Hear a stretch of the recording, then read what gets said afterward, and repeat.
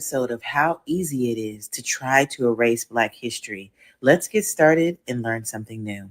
For over 100 years, this family portrait held a secret, a fourth figure that had been painted out. Now, the Metropolitan Museum of Art has just acquired the painting, one of the few 19th century portraits to realistically portray an enslaved person. Its incredible journey to the Met tells a story about the erasure of Black figures throughout American history. And it might have been lost forever, if not for Jeremy K. Simeon.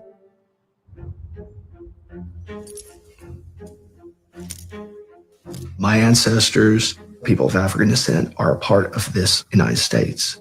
And we've got to be able to see ourselves in a historical context. The paintings that survive are incredibly important because so few remain. Simeon, an art collector, first stumbled across the painting in an auction record.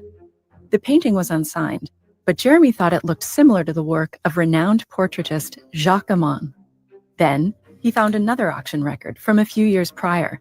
But in that image, the enslaved child had been covered up. The fact that the boy was covered up, it haunted me. I had to find out where he ended up. The story begins with a relative of the white children in the painting, Eugene Grasser. The family story was that there was a favorite slave they had, and he was painted in the picture. And then for whatever reason, sometime later, he was painted out. No idea why. Eugene's mother, Audrey, inherited the portrait. For decades, she kept it in the garage. But in 1972, she donated the painting to the New Orleans Museum of Art. Eugene's mother told the museum the family story about the fourth figure. But instead of displaying it, the museum placed the painting in museum storage for 32 years.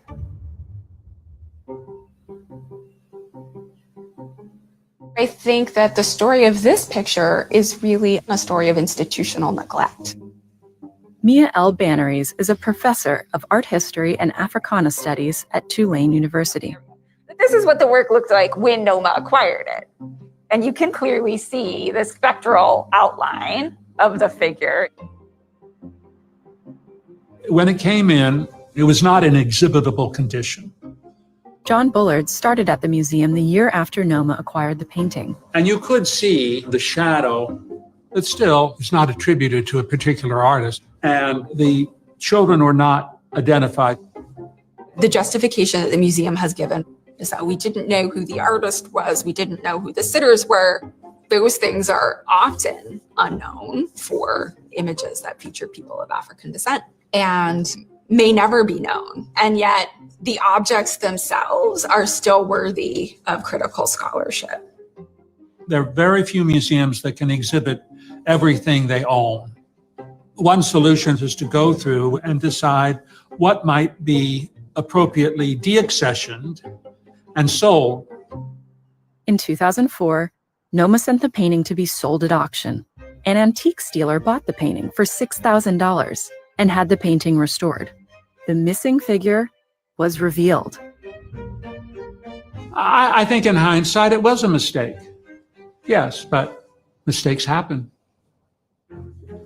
After years of searching, Jeremy finally acquired the painting in 2021 and brought it back to Louisiana. I didn't realize how important it was that I own pieces pertaining to my history until I realized how bad of a job some of these museums were doing. The first thing he did was hire Craig Crawford, a painting conservator, to do a second restoration. Hello. We want to get that retouching off. I would describe my mission as to get the painting as close as one can to the original intention. So I'm just taking off layers that were added in the past. I really wanted to find out about the boy of color in particular. So I started talking to Katie Shannon. I wanted to show you this list. She has a skill of finding enslaved people. I specialize in the people that are seemingly lost to history, but I've never tried to go from a painting backward. Katie looked back through the Grasser family line to try and find someone wealthy enough to commission the portrait. Finally, she found someone. Coralie Danois Fry. Census records from the 1830s revealed who was living in the Fry family home. There was only one possible candidate for who the boy could be. And then I thought, oh my God, he's of mixed race. He is the exact age. And he was a domestic. And I said, I found him. His name was Belisaire. Belisaire.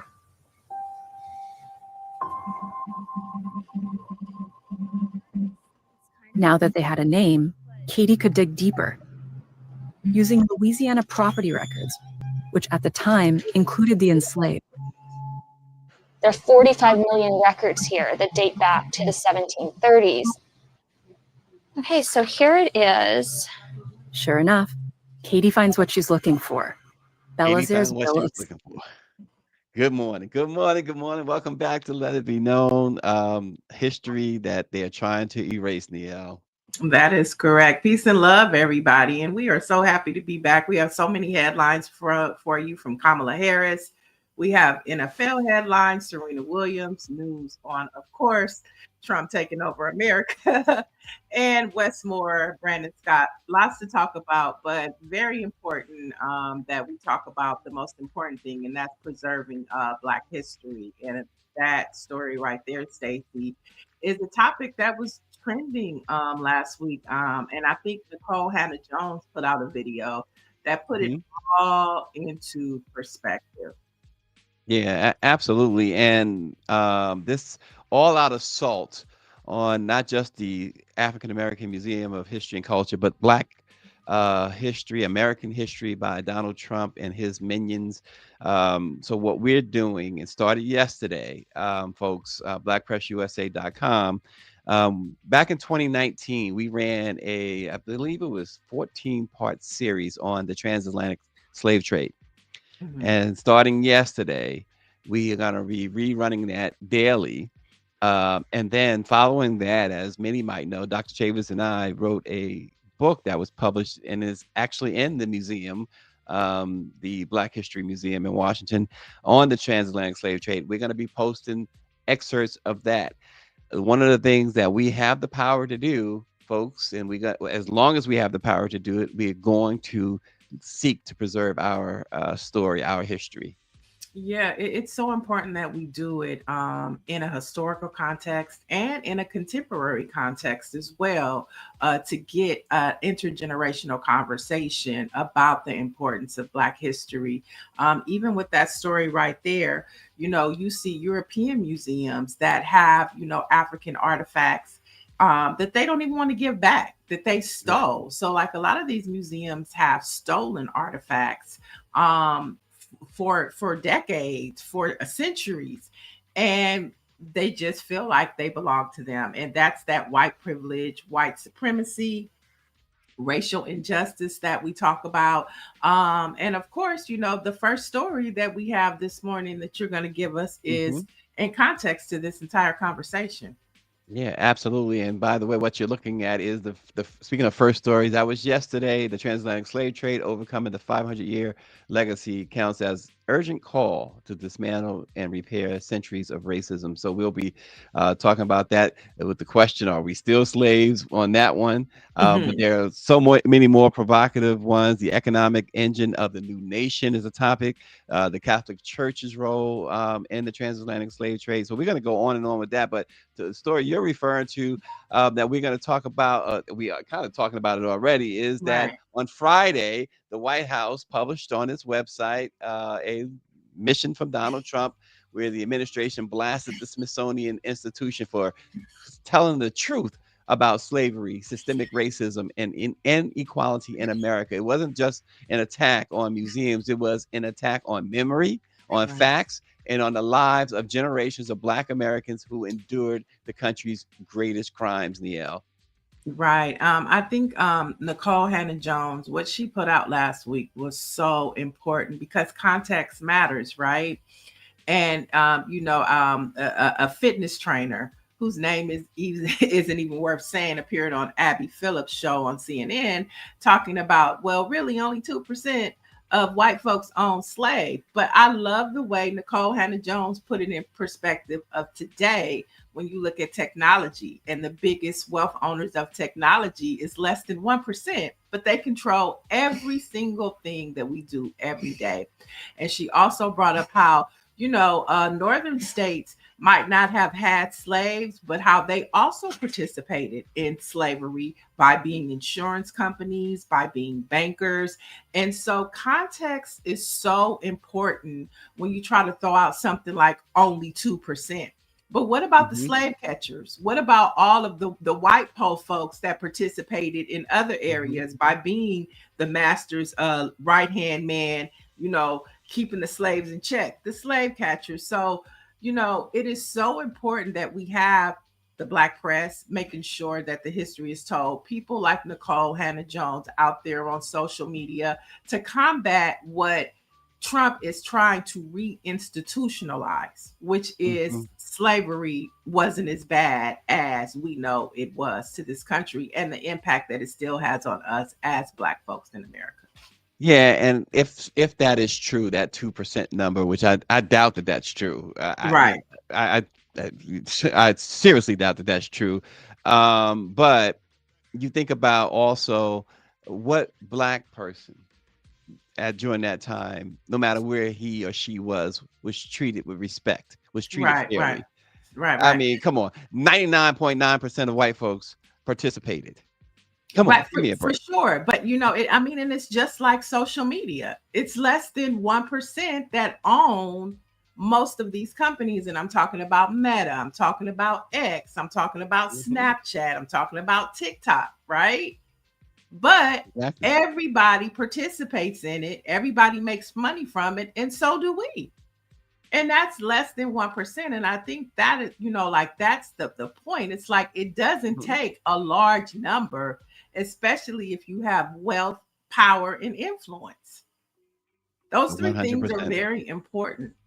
And 100%. So it does, I believe that it probably was more than 2%. Yeah. But I also believe that it wasn't just that small percentage that owned slaves. It was the ecosystem that made it work. And that's the banking, it's the insurance companies, it's all of these entities that basically America is built upon.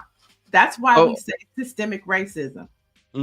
And listen, just to further prove your point that you're making, you need look for no further than the state of California. They've been talking about reparations. They've had a commission and everything, and the commission approved reparations, right? California technically did not participate in the slave trade. Technically, right. But the tentacles stretched out west. Right. And it's so interesting that you brought that up. I was at a women's event, and Camilla Moore, who was one of the co-chairs of the reparations task force here in California, we've had her on the show before. She was talking about the frustration of how they did all of that work over a 2-year study. They gave their report. They had the bills to pass it, and how Governor Gavin Newsom decided that he didn't want to be bothered with it, because by the time the bills were supposed to be passed would be around the time he would be running for president. And he didn't want that on his docket. Yeah. So even the whitest of liberals in privilege, they still have the power to control what happens to people of color. And when it comes down to it, they always are going to choose their self-interest above what's best for the American interest. Exactly. 100%. Switching gears a little bit, but we're going to stay in tune and attuned to the attempts to erase history, American history. And so keep checking out us here at Let It Be Known and BlackPressUSA.com and many of our member newspapers around the country. But switching gears, I was in DC, Niele, last week, 3 days in DC, and it is an occupied territory. You get to Union Station, and there is the troops there. Went to a Washington Nationals, New York Mets game twice. Troops everywhere, and they already have, when you go to these major sporting events, the security is already beefed up anyway, and MPD and regular security.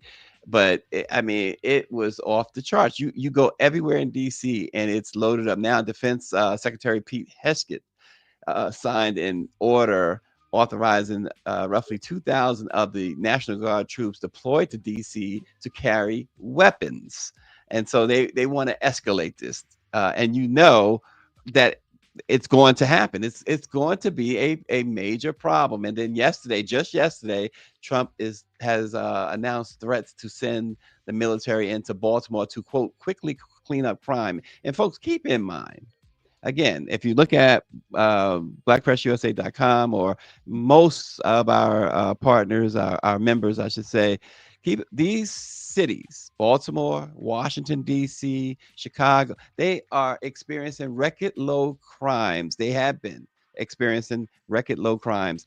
This is a racist attack, and it's political theater. That's all this is. Right. I think also this shows how important to have Washington, D.C. to have statehood is important, because the same tactic was tried in California, of course, we know, a few months ago, and it fell flat, right? Same tactic happened in California first. The mayor of LA wasn't having it. Governor Newsom had his back, our attorney general. It wasn't happening. But I think this is really moving forward, and Trump and his clan are progressing because DC has no statehood, and they're an easier target to pick on and to show that they are making progress, which they are, is because of the statehood. Another interesting thing before we get even into Maryland, he's talking about Chicago. And, interestingly enough, two individuals that we had on the show, Zoe Spencer, no, not Zoe Spencer. She's a streamer. Zoe Lee out of Chicago, as well as Danielle, they are taking credit. Donald Trump mentioned that the Black women in Chicago are the reason why he's going there. And they're taking credit for it. They've been on ABC, they've been on CBS. Zoe and Danielle are saying, hey, thank you, Donald Trump, for listening to us. So we do have some all kinfolk and skinfolk, or however they say it, out there. You said it right. Are pushing this BS that's happening. And so it's just a mess, and it's hard to fix the problem when you have some of us giving him fuel to flame. Oh, absolutely. And these are people these are folks who go around looking for a home. They're looking for some love in all the right place and wrong places, I should say, all the wrong places. And that is that's really what it's all about. They want to step outside, and you said, we was talking about something totally different before the show started, and you made that statement about the grass not always being green on the other side, and some folks really have to find out the hard way. Yeah, they really do. But this is an attack on, and it's a dog whistle too, right? all of the states that he's calling out are Black-led states, Black-led cities, right?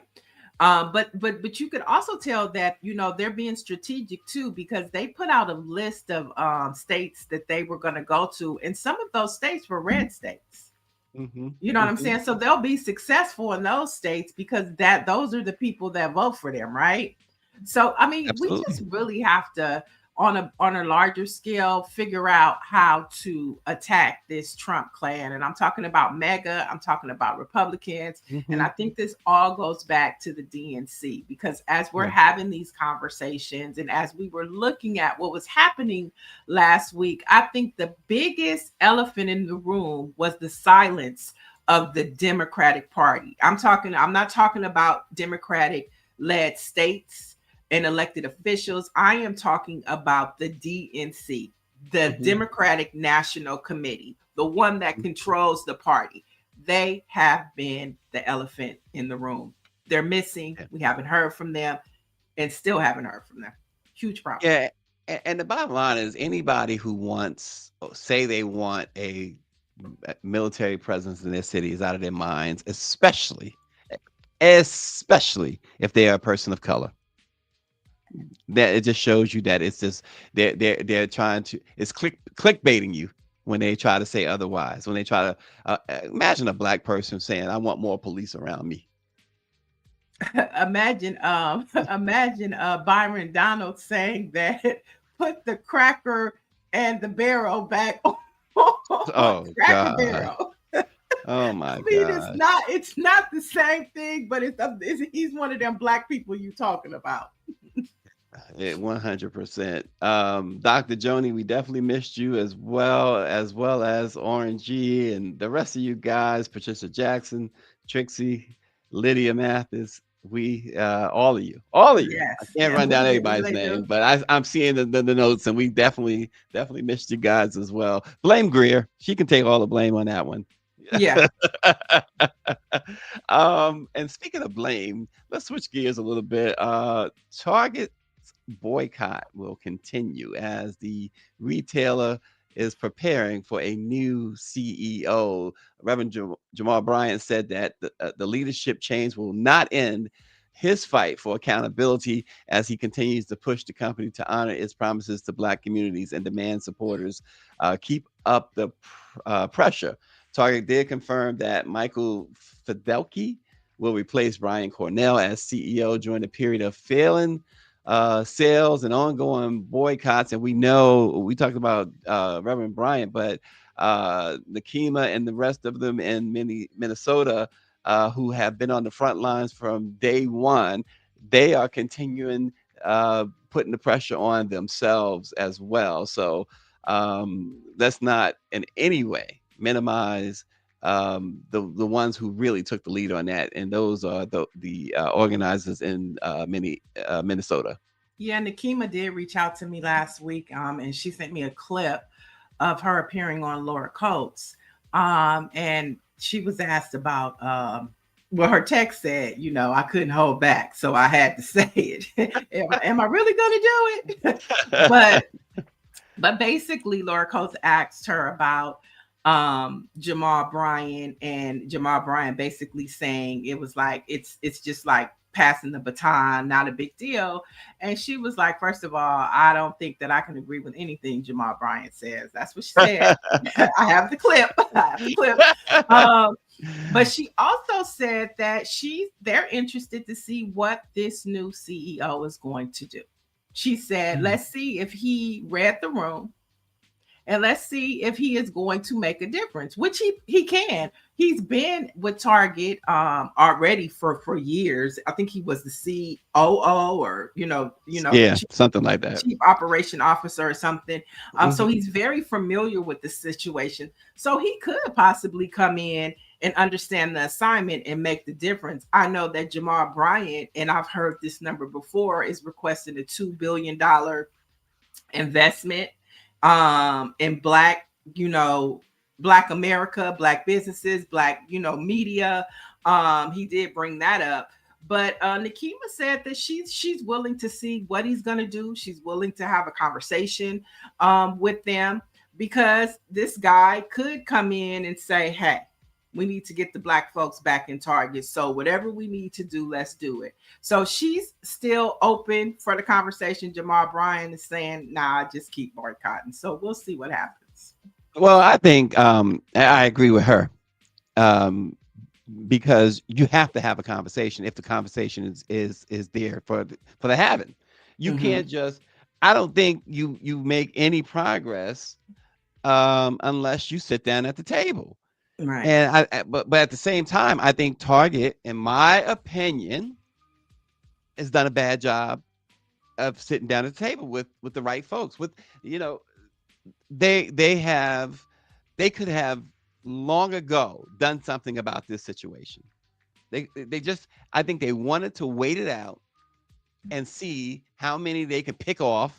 The Baptist convention, 100 grand, whatever the conversation with Al Sharp. They wanted to see how many that they can just give $5 to and shut up and go the other way, and let this thing boil over. Well, what didn't boil over, what didn't stop, it was the bleeding.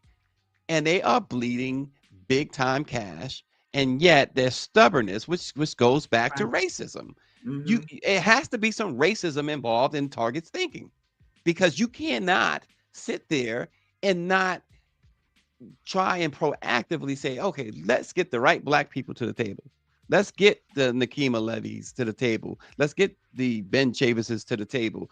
Let's get everybody to the table and let's work this out. No, instead they looked at Black folks as peons, and they're not worth really our time. We will give them lip service. We will tickle their ears, and now they are still paying the consequences. They haven't lost enough money yet, apparently, to say let's do something about it. Well, But no, they they have have. lost a The lot of guy's money. not. The CEO is gone. They have. They are trying to do something about it. Yeah. But I So think they're also in a season of FAFO, because a lot of us are now comfortable not going to Target. I don't miss Target anymore well, see, and at that's all. another problem that they didn't count on. I'm sure they didn't count on that. Hmm. I'm sure they didn't count on that. But to me, it sounds like racism drives that decision, because when you are so racist, you can't see the forest for the trees. Another one of those sayings. But you can't see past your hand. Right. Your tunnel vision when you have that much hate. And obviously, or apparently, Target does have that much hate for Black folks. Well, I know that there's some groups that are out there that I've been paying attention to that are preparing for, because it's time to kick this up. We have Target in chokehold, right? They're in a chokehold. They're trying to figure it out. They fired their CEO. They're trying to bring somebody else in. We'll see what this guy does. But there's also, talks about having a national blackout, meaning you don't buy anything, you don't go to work. There are people really trying to make this happen. And I think, that is the progression to us really making a statement about who really controls this economy. Because at the end of the day, it's us, the people who control the economy, right? We buy Mhm. gas, we buy groceries, we shop, we go out to dinner. If these organizers can successfully plan a day, 72 hours of people doing like we've done with Target and just not doing anything for 3 days, I think that we would show these corporations who really has the power. And I don't think that we, the people, have really come to that conclusion as a body that we have the power to shut this shit down. And we're at a crossroads where we need to get their attention. We start getting their attention, and all of these people that are, as you say, capitulating to Donald Trump, Mhm.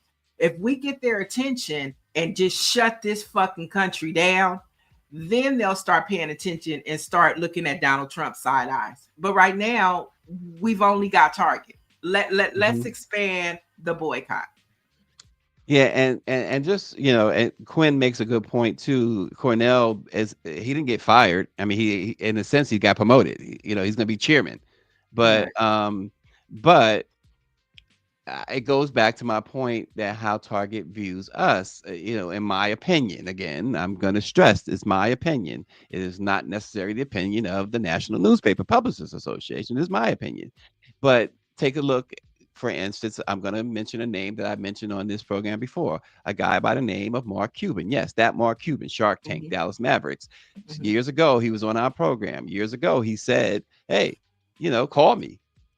Mark Cuban cost plus drugs that he has, just in the last month, uh, financially supported the Black press in the last month, putting his money where his mouth is. He said on this program a few years ago that he had learned a valuable lesson during the George Floyd situation, and he was taught some things that he did. He had to take a closer look in the mirror, and all it took for Mark Cuban was a phone call from the Black press. Why isn't it that way with Target?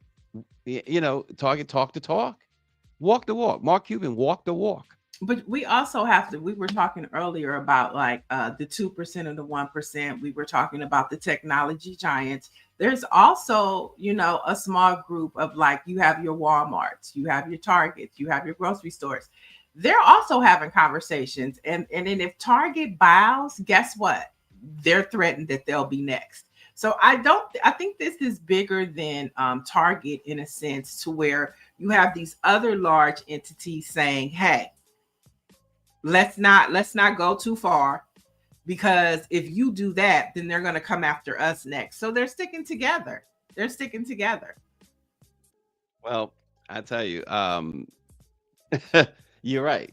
And if we can't, I say we, I shouldn't say we, Black folks as a whole, brown folks as a whole, women as a whole, if you cannot see that now more than ever it was that time to come together, then you'll never see it.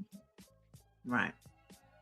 Because this is and you know, Greer, to her credit, more than a year ago used the term "we're at war," and this is before Trump took office. This is more than a year ago. This is a long time ago. And so she had the foresight of seeing reading the tea leaves. And now look, we are entrenched in it now. Right. So there you have it. Moving on, Vice President Kamala Harris is going on tour. The nation's capital will be among the featured stops on her 15-city book tour as part of the release of her new memoir, 107 Days. The Warner Theater, in partnership with Mahogany Books, will host the former vice president on October 9th as she shares her reflections on her historic but brief presidential campaign. The book is set for release on September 23rd, and it will detail the vice president, or the former vice president's experience as the first Black woman to lead a major party presidential ticket. She's going to describe the challenges and lessons that she learned during what she has called the, quote, shortest presidential campaign in modern history. Yeah, ride the wave, sis. Ride the wave. Get the check. Get the bag. Go talk to the people. You know what I'm saying? I'm not mad at her for this. She's in our soft girl era. She said that the system is broken. That's what she said. I think it was on one of the late night shows. She said the system is broken. Yep. And I'm glad she realized that it is not her responsibility by herself to fix it. Okay. Yep. I'm gonna write a book. I'm gonna go on tour. I'm gonna touch the people.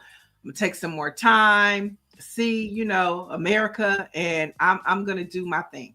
And I'm not mad at her for that. It's not her problem. Not at all. My opinion, I think she won the election. That's my opinion. Well, more conversation is coming out. The more time goes, the more all of these data companies and analysis are coming out that she did win.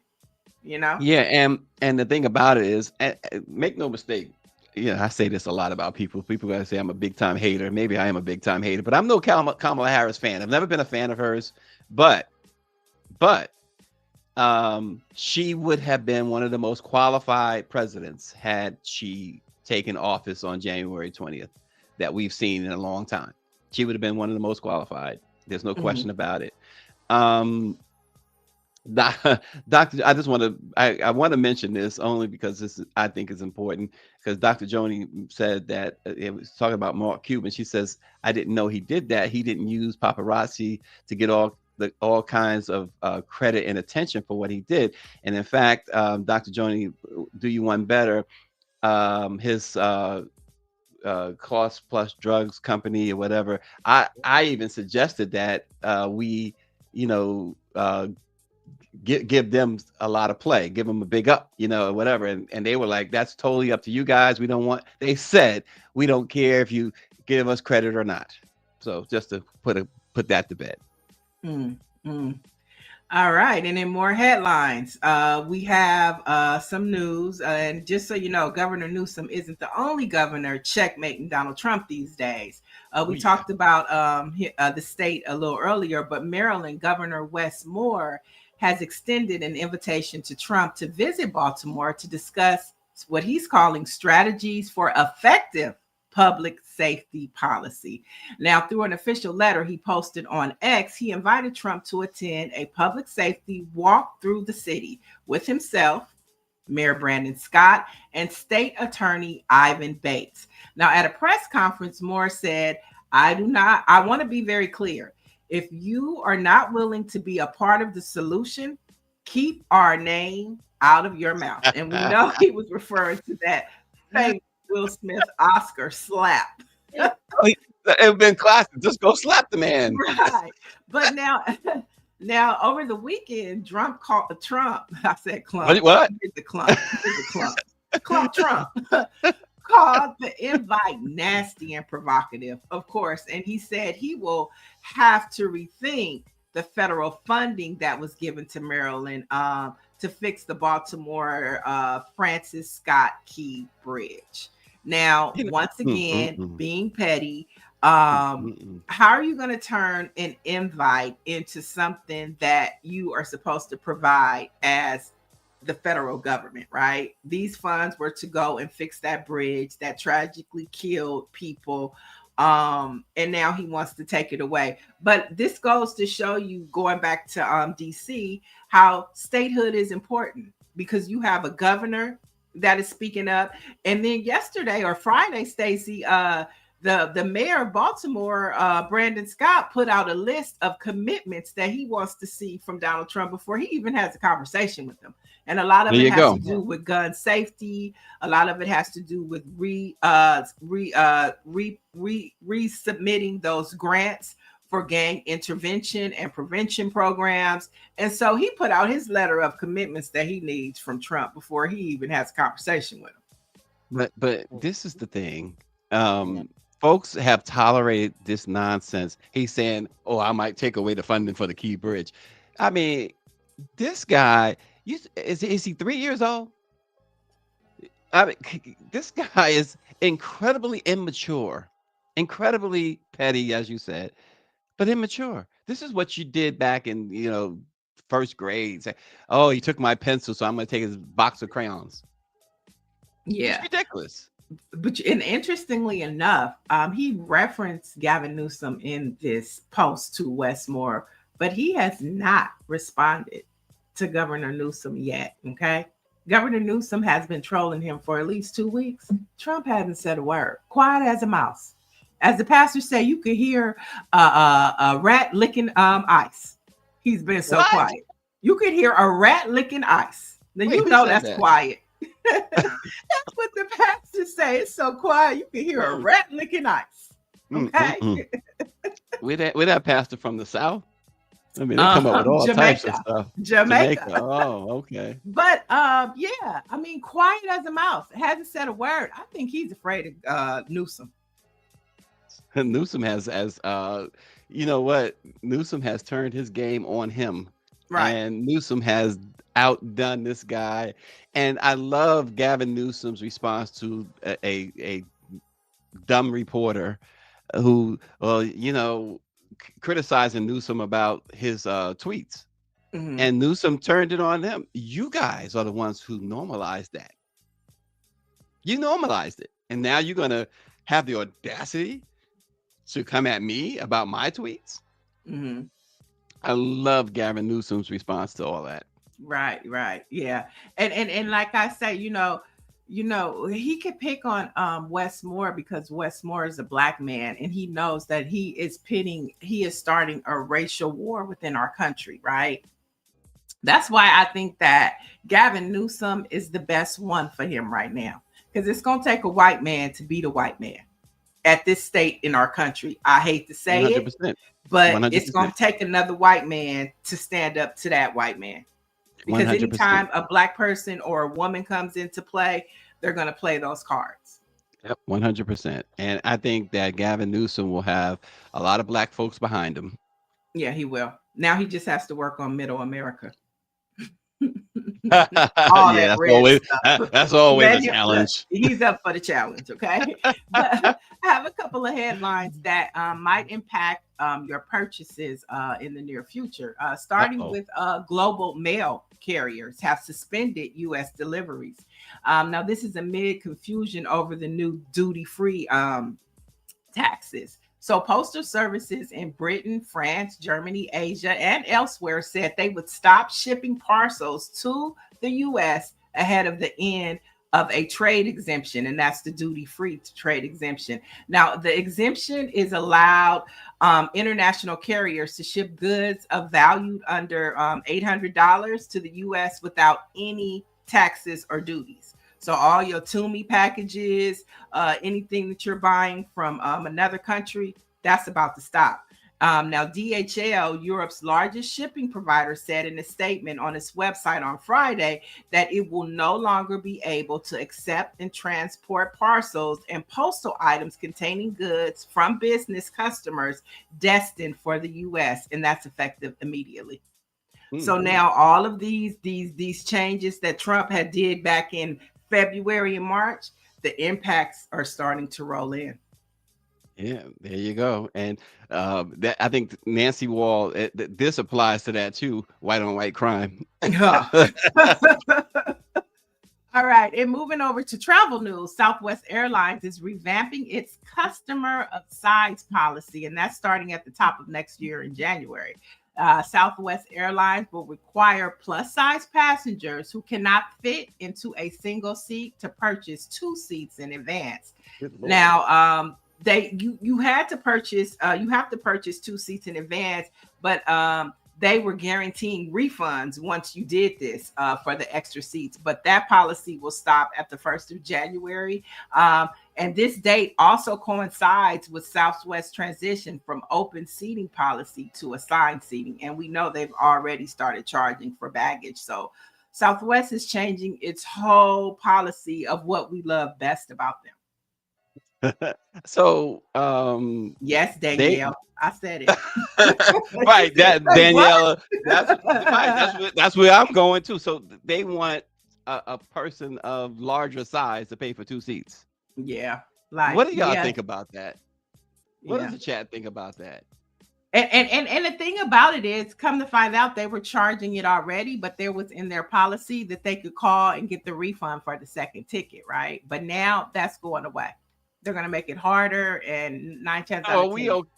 Are we okay with this, that they charge people double?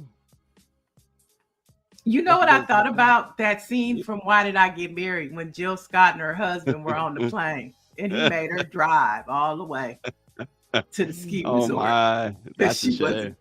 I thought about poor Jill Scott. Oh my gosh. I don't know what to think of this. I mean, because look, LB and AKA Big Chill said make the seats bigger. I agree. Why don't they? They're making seats now to where you have extra leg room, right? They have business class, they have first class. Why don't you have oversized class and you have like a few rows to where the seats are larger? Right. It's a great idea. Big Chill, call Southwest right now.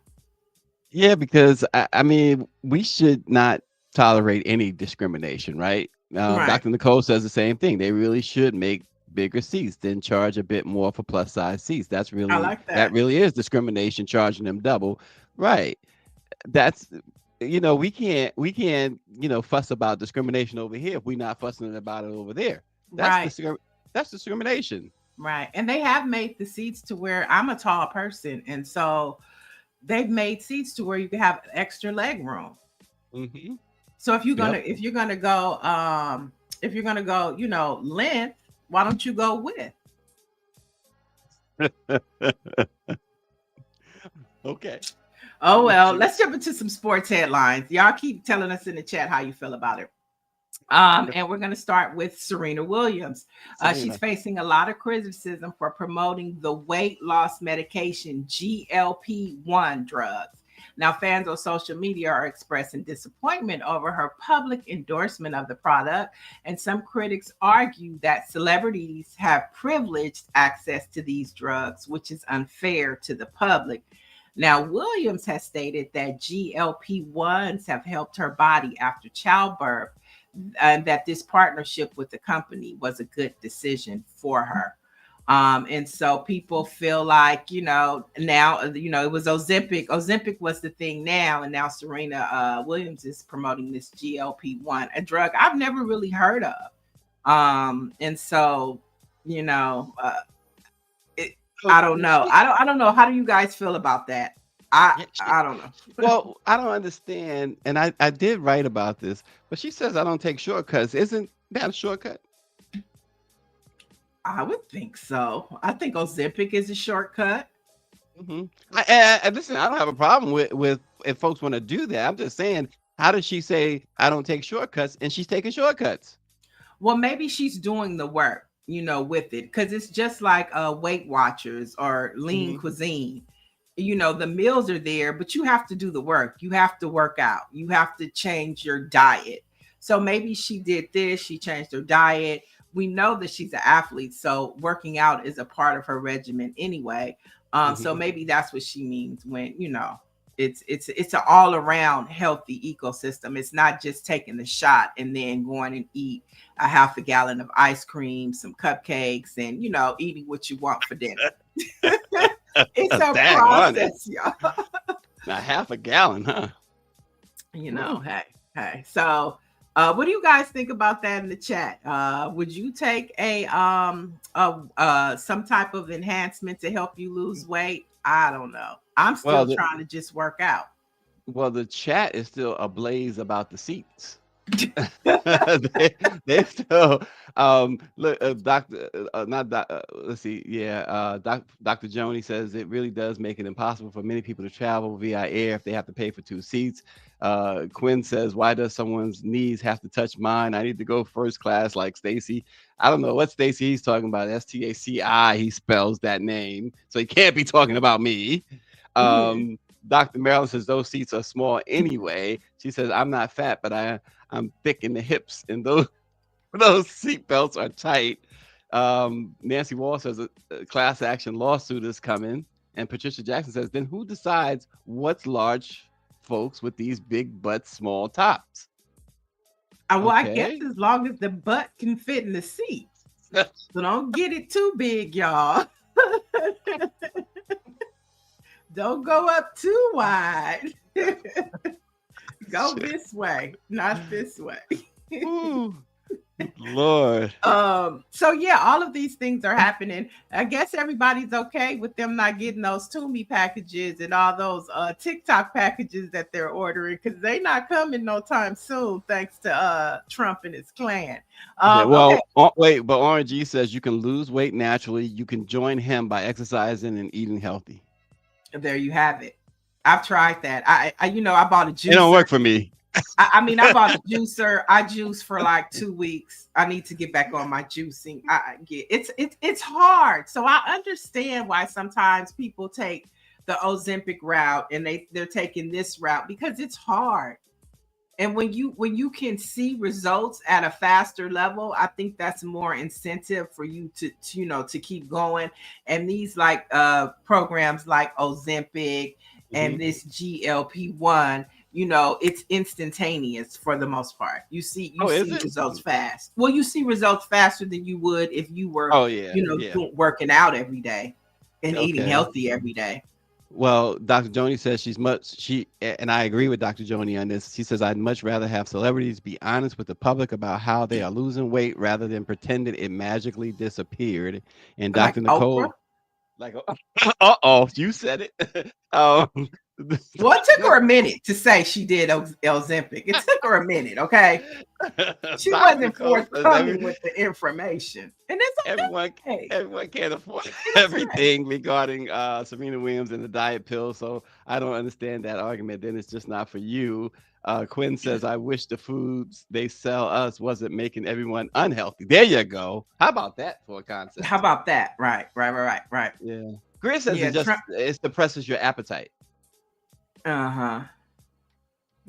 Well, I guess it's better than like getting the Phobie patch where they would shrink your stomach, because once they go inside and they shrink your stomach, can you imagine if you decide to like just start binge eating again and your stomach just always freaked me out.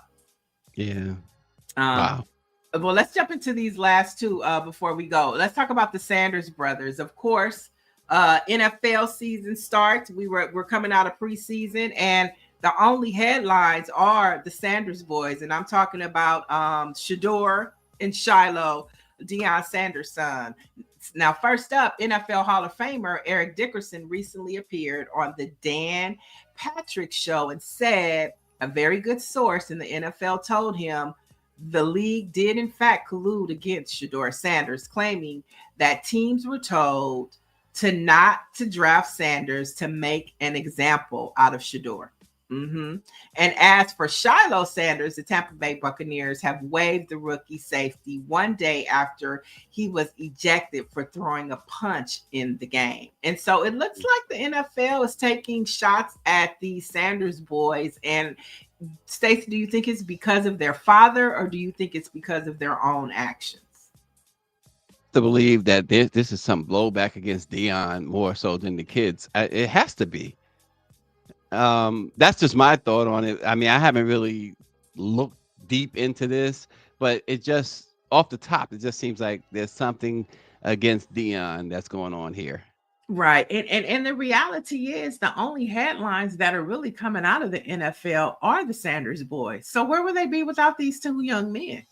You know, when Shedeur played that game and he threw that touchdown, I mean, his jersey skyrocketed. I mean, more than any other jersey, more than Mahoney, more than Taylor Swift's boyfriend. See, I don't even know his name.